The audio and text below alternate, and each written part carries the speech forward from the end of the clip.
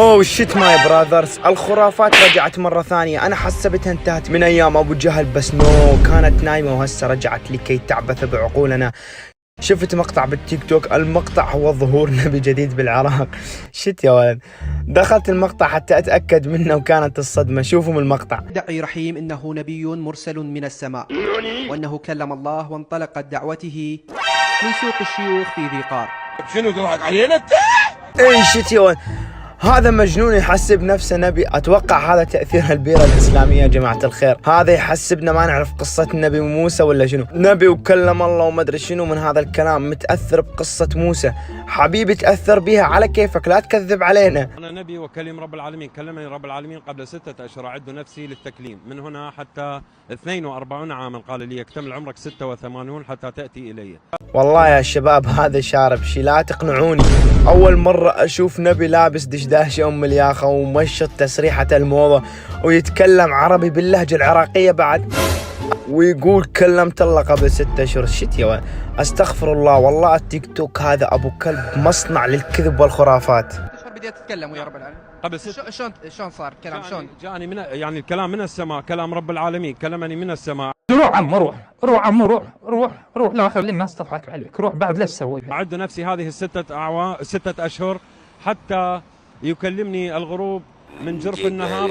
وين تقعد؟ وين يصير يعني النبي محمد عليه الصلاة والسلام كان في غار حراء، عليه الصلاة والسلام. انت وين تقعد؟ أنا أجلس في أي مكان يكلمني رب العالمين، بالشارع، في حدائق، في غابة، يكلمني رب العالمين. 6 أشهر أعد نفسي حتى في موعد من الغروب يكلمني رب العالمين إلى مدينة، أي مدينة في العالم يكلمني رب العالمين. قال أكلمك إلى أي مدينة في العالم تذهب إليهم تقول لهم رب العالمين يقول لكم، يعني هذا لمدن العالم. اسمعوا ما الكذب والدجل.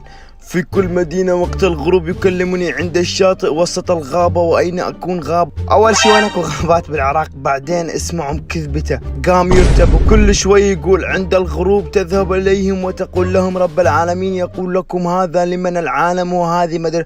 هذا يا إنه مجنون أو يجنن نفسه، وأتوقع الثاني هي الصح. أول شي الارتباك ونبراته، الله دزني حتى أصلحهم وما أدري شنو.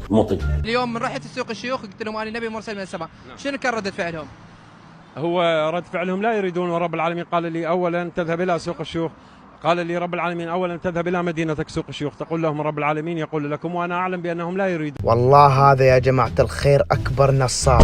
معليش يا جماعة، المذيع سأله وقال له من رحت للسوق وقلت لهم أنا نبي، شنو كانت ردة فعل الناس؟ قال هم ما يريدون رب العالمين. قال لي أولا اذهب إلى السوق الشيوخ، وقال تذهب لهم وتقول رب العالمين قال لا يريدون. هذا شخص من فانز، أنا أتوقع هذا شخص من فانزات بتس، أنا متأكد 100%. بتس هذه أعراض حالات حب بتس والعياذ بالله. باكر يجينا واحد من فانزات بتس ويقول أنا رسول من عند الله أدعوكم لحب بتس. بعد 20 يوم، بعد شهر، سوف أذهب إلى محافظة التأميم كركوك وأبلغهم كلام رب العالمين. أقول لهم رب العالمين يقول لكم هذا كلام رب العالمين، لا تخرجوا أنفسكم من الجنة إلى النار، وأصلحوا ذات بينكم وكونوا مؤمنين.